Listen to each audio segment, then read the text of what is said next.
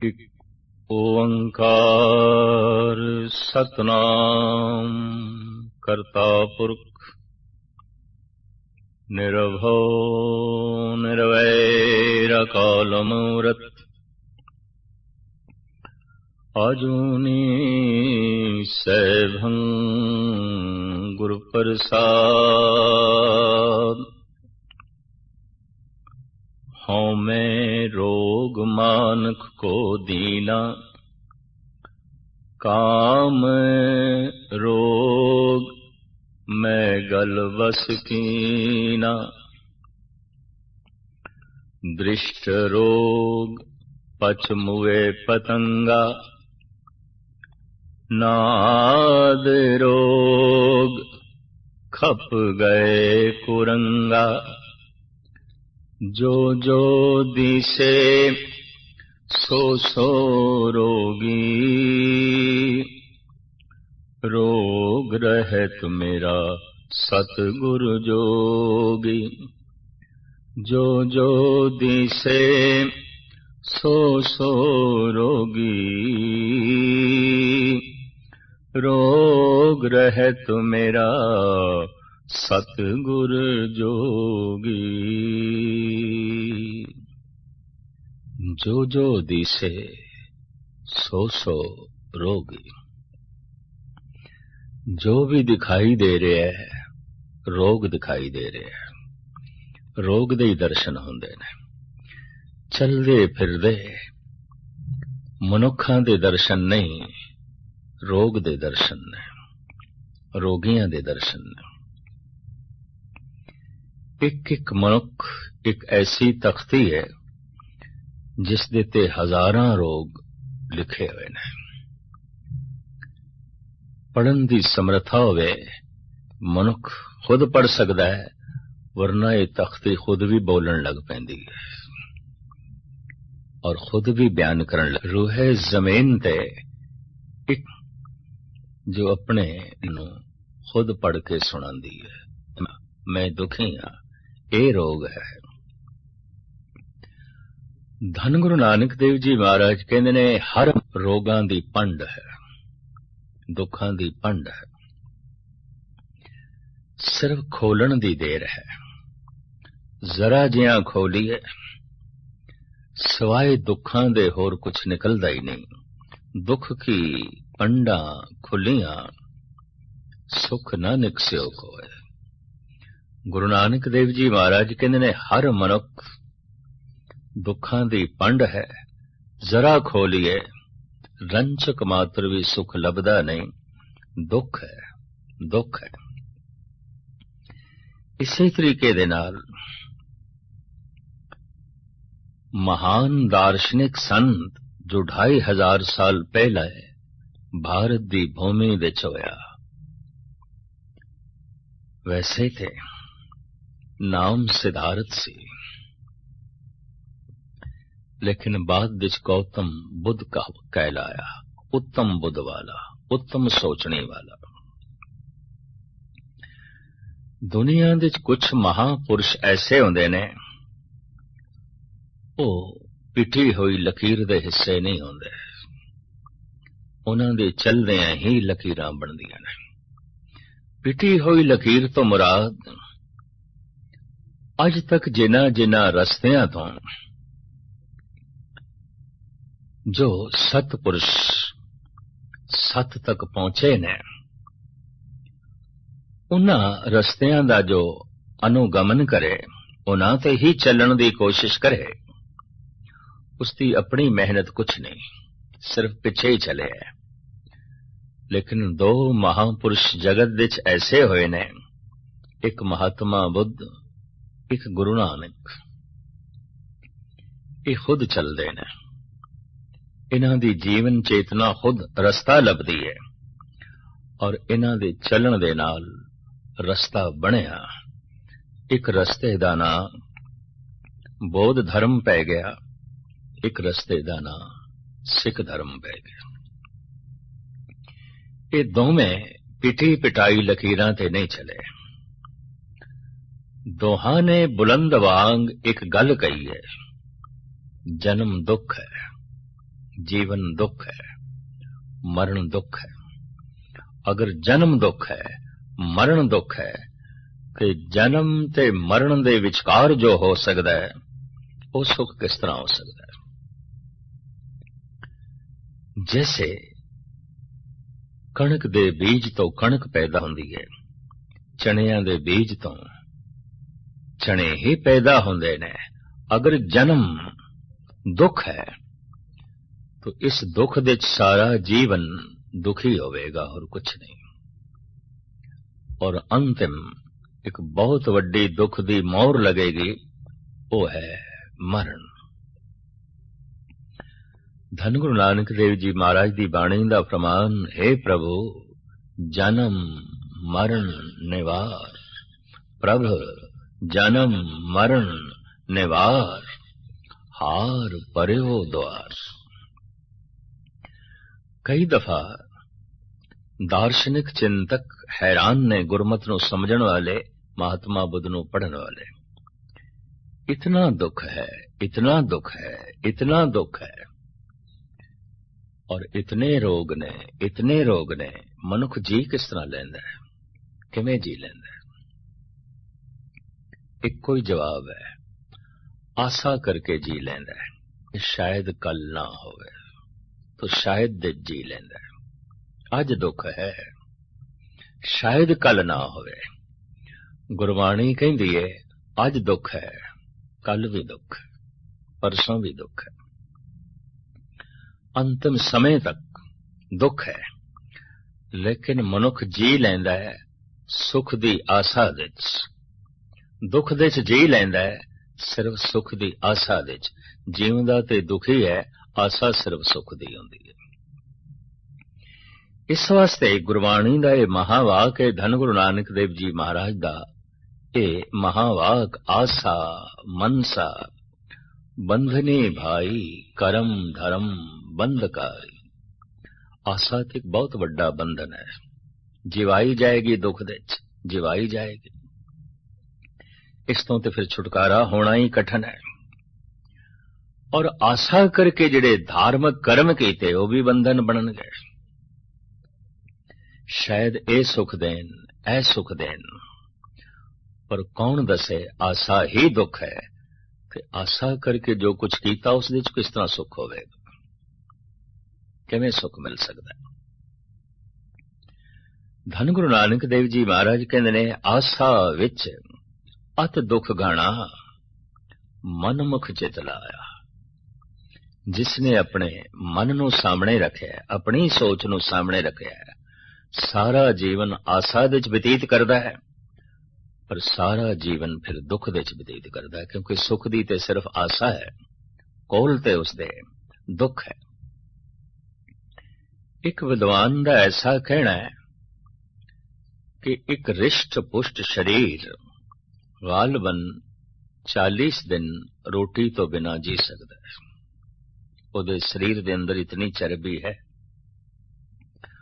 उहदे शरीर दे अंदर रिजर्व भोजन इतना पिया है कि इनू 40 दिन जिंदा रख सकता है।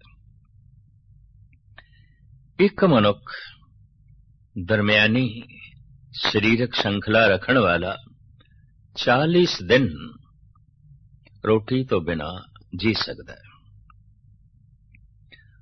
गालबन 3 दिन पानी तो बिना भी जी सकता है। प्राणायाम दी साधना करने वाले कहते ने 8 मिनट श्वासां तो बिना भी जी सकता है। श्वास बड़े कीमती, पानी बड़ा कीमती, रोटी बड़ी कीमती, पर रोटी दा 40 दिन त्याग किया जा सकता है, पानी दा 3 दिन त्याग किया जा सकता है, श्वासां दा भी 8 मिनट त्याग किया जा सकता है। तो एक गल स्पष्ट हो गई कि मनुख 40 दिन रोटी तो बिना जी सकता है, 3 दिन पानी तो बिना जी सकता है, 8 मिनट श्वासां तो बिना भी जी सकता है, लेकिन आशा तो बिना तो 1 सेकंड भी नहीं जी सकता। प्राणायाम दी साधना भी आशा करवाएगी। सब कुछ आशा दे बंधन, दुखां दे बंधन बन जाते ने। क्यों?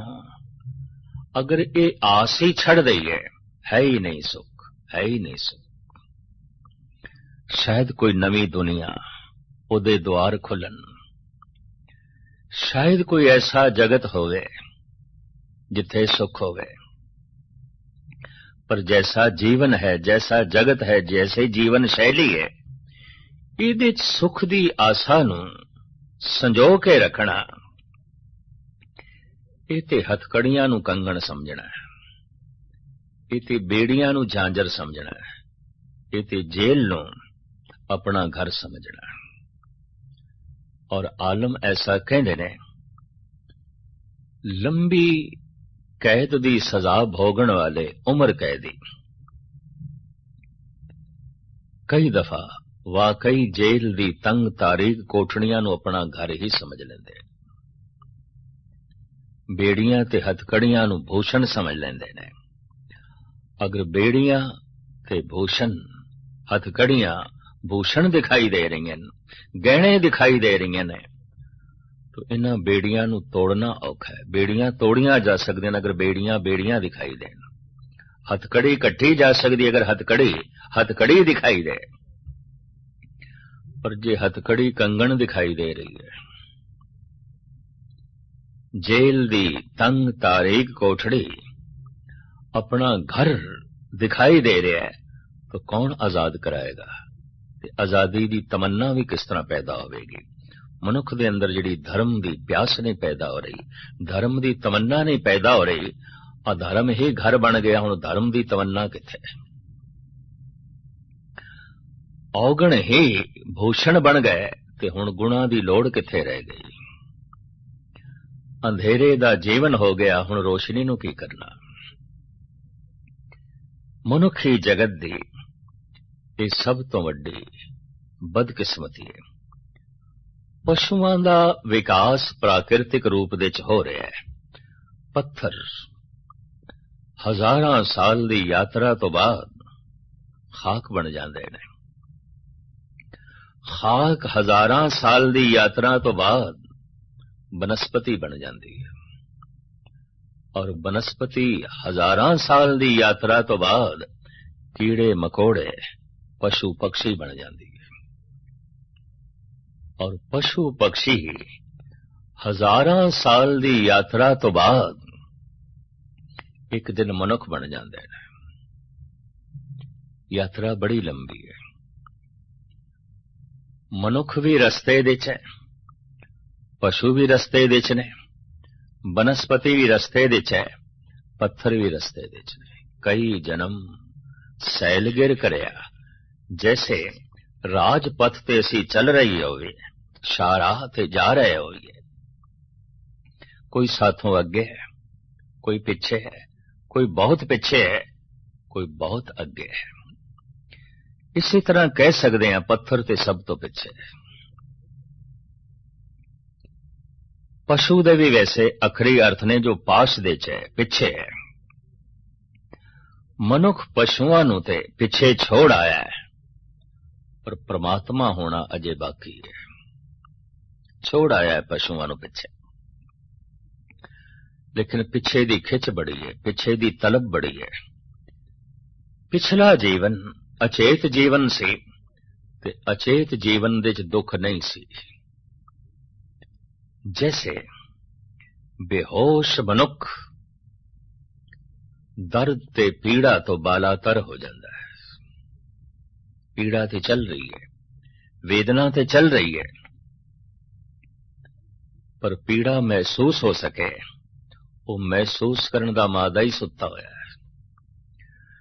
जो पीड़ा नूं महसूस ही नहीं कर सकता, तो फिर पीड़ा तो छुटकारे दा साधन जुटाना ते बहुत कठिन है, कठिन है। कदी कदी मनुख थोड़ा सुचेत होंदा है, पीड़ा महसूस होंदी है, मनुख फिर अचेत होंदा है। अफीम खा के, गांजा खा के, सुल्फा पी के, शराब पी के, भंग पी के, या इंज कह लो सियाणा मनुख जो थोड़ा सुचेत हो गया है, या ते फिर बिल्कुल इस जीवन तो छाल मार के अगे लंघ जाए, यह थोड़ा जिहा जो सुचेत होया अचेत होवे, इस तो बिना जी नहीं सकेगा, नहीं जी सकेगा। या फिर अचेत होवे, या तो फिर नशा करके अचेत हो जाए, जैसे पशु अचेत है, वो दुख नहीं महसूस करता। पशु ते परिवारक जिम्मेवारी भी नहीं है। क्यों? परिवार की समझ ही कोई नहीं। भैन सामने खड़ी है, पशु ਨੂੰ कोई समझ नहीं। भरा सामने खड़ा है, पशु ਨੂੰ कोई समझ नहीं। नानके दादके सौरे सारे संबंध मौजूद ने, समझ नहीं। तो परिवारक जिम्मेवारी का बोझ पशु चुकते नहीं, क्योंकि समझ नहीं। समाजक जिम्मेवारी का बोझ पशु चुकते नहीं, क्योंकि समझ नहीं। राजनैतिक जिम्मेवारी का बोझ पशु चुकते नहीं, क्योंकि समझ नहीं। ते धार्मिक जिम्मेवारी नूं पशु निभांदे नहीं, क्योंकि समझ नहीं। इस वास्ते पशु सुखी है। कई दफा मनुख अचेत इस वास्ते होना चाहता है, मैं भुल जावां समाजिक जिम्मेवारियां नूं, मैं भुल जावां धार्मिक जिम्मेवारियां नूं, मैं भुल जावां राजनैतिक जिम्मेवारियां नूं, मैं फिर पशु हो जावां, मैं फिर पशु हो जावां। सुख या ते अचेत होण विच है, या परम सुचेत पूर्ण सुचेत होण विच है, अर्ध चेतन विच नहीं है। अर्ध चेतन विच नहीं है। अर्ध चेतन ते अधरंग है। एक लत कम कर दी दूसरी नहीं, एक बांह कम कर दी दूसरी नहीं। दुख दा ते बोध हो गया, इस तो छुटकारा किवें होवे, इसदा बोध कोई नहीं, इसदा पता नहीं। इनू कहंदे ने अर्ध चेतन। पूर्ण चेतन जगत दुख है, जन्म दुख है, जीवन दुख है, मरण दुख है, इसदा बोध है और इसदा भी बोध है। ये पूर्ण चेतन। बड़े बड़े दार्शनिक, चिंतक, फिलोसफर, महान सियाणे, ज्ञाता, चोटी दे साइंटिस्ट, ये सारे दे सारे अर्ध चेतन ने, पूर्ण चेतन नहीं ने, अर्ध चेतन। यही कारण है कि इन्हां दी जिंदगी भी दुख विच बतीत होंदी है, परेशानियां विच बतीत होंदी है। हैरान हाँ कि कवियां विचों सिरमौर कवि, चाहे हिंदी दे ने, पंजाबी दे ने, उर्दू दे ने या इंग्लिश दे ने, किसी भी भाषा दे चिंतक कवि, दार्शनिक कवि, ये कोई समाधि लीन नहीं मिलणगे, शराब खानियां च मिलणगे, पब दे च बैठे मिलणगे, झूमदे मिलणगे, डगमगांदे मिलणगे। इन्हां दी कविता पढ़ के जिंदगी नूं संभलन दी प्रेरणा मिलदी है, पर जिन्हां दी कविता जिंदगी दे संभलन दी प्रेरणा दे रही है, खुद डगमगा के गिरे हुए ने, गिरे हुए ने, गिरे हुए ने। क्यों? अर्ध चेतन ने। या ते पूरा अचेत है, पशु सुखी होवेगा, या पूर्ण सुचेत है, ब्रह्म ज्ञानी संत आनंदित होवेगा। अर्ध चेतन ते दुखी होवेगा। अर्ध चेतन नूं जिम्मेवारी निभाणी पैंदी है समाज दी। अर्ध चेतन नूं जिम्मेवारी निभाणी पैंदी है परिवारक, राजनैतिक। अर्ध चेतन दे सामने धार्मिक जिम्मेवारियां भी ने। जद ये सब कुछ बोझ की तरह महसूस करता है, तो फिर पशु हो जाना चाहता है, फिर पशु हो जाना चाहता है। भावें प्रकृति ने इसनूं मनुष्य बनाया कि फिर पशु हो जाना चाहता है। कारण सुख या पशु होण दे च है, आनंद या परम सुचेत होण दे च है। मनुख ते दुखी रहेगा। मनुख अर्ध चेतन है। ये मनुख चाहे दार्शनिक है, चाहे फिलोसफर है, चाहे साइंटिस्ट है, चाहे चोटी दा हुक्मरान है, चोटी दा सियाणा है, चाहे प्रजा दे चों है, चाहे हुक्मराना दे चों है, सब दुखी ने, सब दुखी ने, सब दुखी ने। फर्क सिर्फ इतना है, कुछ कबूल कर लेंदे ने, कुछ कबूल नहीं कर देने। मेरे देखे महान सियाणे कबूल कर लेंदे ने, महामूर्ख कबूल नहीं करते, कबूल नहीं करते। और फिर जीवन दुख विच बतीत होंदा है। जद मैं बेड़ियां नूं बेड़ियां ही नहीं मनदा, जद मैं जेल नूं जेल ही नहीं मनदा, जद मैं हथकड़ियां नूं हथकड़ियां ही नहीं मनदा, तो इन्हां नूं तोड़ के आजाद होने दा फिर ते ख्याल भी नहीं पैदा हो सकता, फिर ते यतन ते कोशिश भी नहीं हो सकती। तो मनुखता ऐसा यतन कर रही होवे, दिखाई नहीं दे रही। जगत ते दुख है। बाबा फरीद कहंदे ने, आम लोकां दी तरह मैनू भी एक भुलेखा सी। मैं दुखी हां, बाकी ते मौजां ही करदे पए ने, क्योंकि जिस कोल हाल पुछदे आ की हाल चाल है, मौजां च बड़े आनंदित। हुण फरीद जैसा पुरुष गलत बयानी ते कर नहीं सकता। तो फरीद कहंदा फिर मैं ये धारणा बनाई सिर्फ दुखी ते मैं हां, बाकी ते सब मौजां करदे पए ने, क्योंकि जिस कोल पुछदे आ मौज दे च आनंद दे च। पर ये भ्रांति अज मिट गई। फरीदा मैं जानिया दुख मुझको, दुख सबाया जग, उच्चे चढ़ के देखिया तां घर घर एहा अग। मैं निवाण विच खड़ा सी, लोकां दे घर नहीं दिखाई देंदे सन। दरअसल उच्चे चढ़े बिना लोकां नूं समझना औखा है। जितने चिर तक कोई मनुख मनुखता तो उच्चा ना उठे, ते मनुखता तो भी कोई उच्चे हैं, देवते उच्चे ने, संत उच्चे। जद कोई समझ नूं उच्चा करदा है, मनुख दी समझ तो उच्चा करदा अपने आप नूं, फिर उच्चे चढ़ के देखिया तां घर घर एहा अग। जैसे उच्ची इमारत ते खड़े हो जाइए ते सारा शहर दिखाई देंदा है। किस किस घर विच धुआं निकल रहा है, यह भी दिखाई देंदा है। सारे घरां विच धुआं निकल रहा होवे, यह भी दिखाई देंदा है। बाबा फरीद कहंदे ने, ज्यों मैं उच्चा चढ़िया, हर घर विच भांबड़ बलदे हुए दिखाई दिते। हर मनुख दुखां दी भट्ठी विच जल रहा है, सड़ रहा है, पीड़ित है। ये पीड़ा राज सता नाल भी नहीं मिटनी।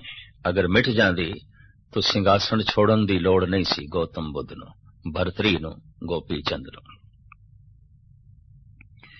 ये पीड़ा परिवारक संबंधां नाल भी नहीं मिटेगी, वरना सारे गृहस्थी सुखी होने चाहिए सन, होने चाहिए सन। ये गल वखरी है कि परिवार दे सारे संबंध मनुख ने इसे ही कल्पना करके जोड़े ने कि सुखां दे संबंध ने। और ये हकीकत है, मनुख नूं पुत्र दी लोड़ नहीं, बिल्कुल लोड़ नहीं है, सुख दी लोड़ है। उसे पुत्र तो पीड़ा मिलन लग पवे, दुख मिलन लग पवे, संबंध दुश्मनी विच बदल जांदे ने, रिश्तियां दराड़ पै जांदी है।